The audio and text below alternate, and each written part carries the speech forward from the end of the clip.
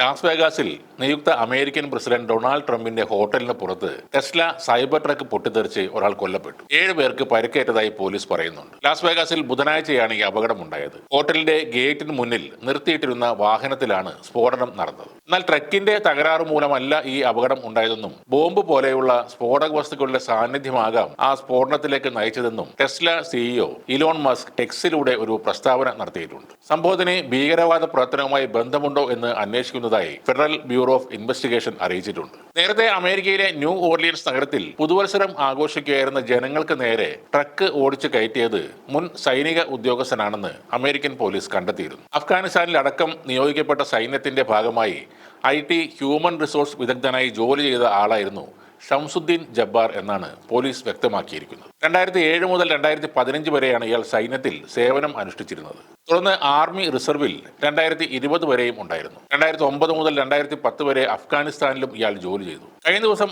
ആക്രമണം നടത്താനായി ISന്റെ കൊടികെട്ടിയ ഒരു ട്രക്കാണ് ഇയാൾ ഉപയോഗിച്ചത്. ആക്രമണം നടത്തിയ ശേഷം പോലീസ് ഏറ്റുമുട്ടലിൽ ഇയാൾ കൊല്ലപ്പെട്ടു. അതിനുശേഷം നടന്ന പരിശോധനയിൽ ട്രക്കിൽ നിന്ന് തോക്കുകളും ബോംബുകളും കണ്ടെത്തിയെന്നും പോലീസ് പറയുന്നു. 15 പേരാണ് ഷംസുദ്ദീന്റെ ട്രക്ക് ഇടിച്ചു കയറ്റിയുള്ള അപകടത്തിൽ കൊല്ലപ്പെട്ടത്. പുതുവർഷ ദിവസം പുലർച്ചെ 3:15 നഗരത്തിലെ പ്രസിദ്ധമായ ബോർബോൺ തെരുവും ഐബർവില്ലെ തെരുവും കൂടിച്ചേരുന്ന ജംഗ്ഷന് സമീപം പുതുവർഷ ആഘോഷങ്ങൾ നടക്കുകയായിരുന്നു. അപ്പോഴാണ് ഭീകര സംഘടനയായ ISന്റെ കൊടികെട്ടിയ ഒരു ട്രക്ക് അമിത വേഗതയിൽ ജനങ്ങൾക്കിടയിലേക്ക് പാഞ്ഞു കയറിയത്. അതിന് പിന്നാലെ ട്രക്കിന്റെ ഡ്രൈവറായ ഷംസുദ്ദീൻ ജബ്ബാർ ഇറങ്ങി വന്ന് ജനങ്ങൾക്ക് നേരെ വെടിയുതിർക്കുകയും ചെയ്തിരുന്നു. ഈ ആക്രമണം തീവ്രവാദ പ്രവർത്തനമാണെന്നാണ് നിഗമനം. ഇത് കഴിഞ്ഞ് മണിക്കൂറുകൾക്ക് ശേഷമാണ് ടെസ്ല സൈബർ ട്രക്ക് പൊട്ടിത്തെറിക്കുന്നത്. ഈ 2 സംഭവങ്ങളും തമ്മിൽ എന്തെങ്കിലും ബന്ധമുണ്ടോ എന്ന് FBI അന്വേഷിക്കുകയാണെന്ന് അമേരിക്കൻ പ്രസിഡന്റ് ജോ ബൈഡൻ പറഞ്ഞു. എന്തായാലും പുതുവത്സരത്തിൽ അമേരിക്കയിലെ ഭീതിയിലാഴ്ത്തിയാണ് ഈ 2 അക്രമ സംഭവങ്ങൾ. ഒരെണ്ണം IS അനുകൂലിയായ മുൻ സൈനികനാണ് ആസൂത്രണം ചെയ്തത്.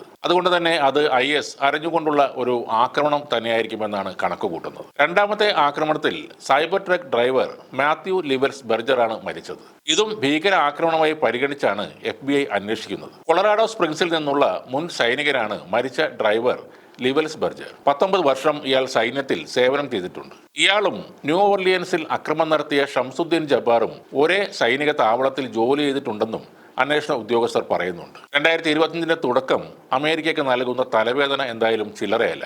വരാൻ പോകുന്ന പ്രസിഡന്റ് ഡൊണാൾഡ് ട്രംപിന് കൂടിയുള്ള ഒരു വെല്ലുവിളിയായിട്ടാണ് ഈ ആക്രമണങ്ങളെ നോക്കിക്കാണുന്നത്.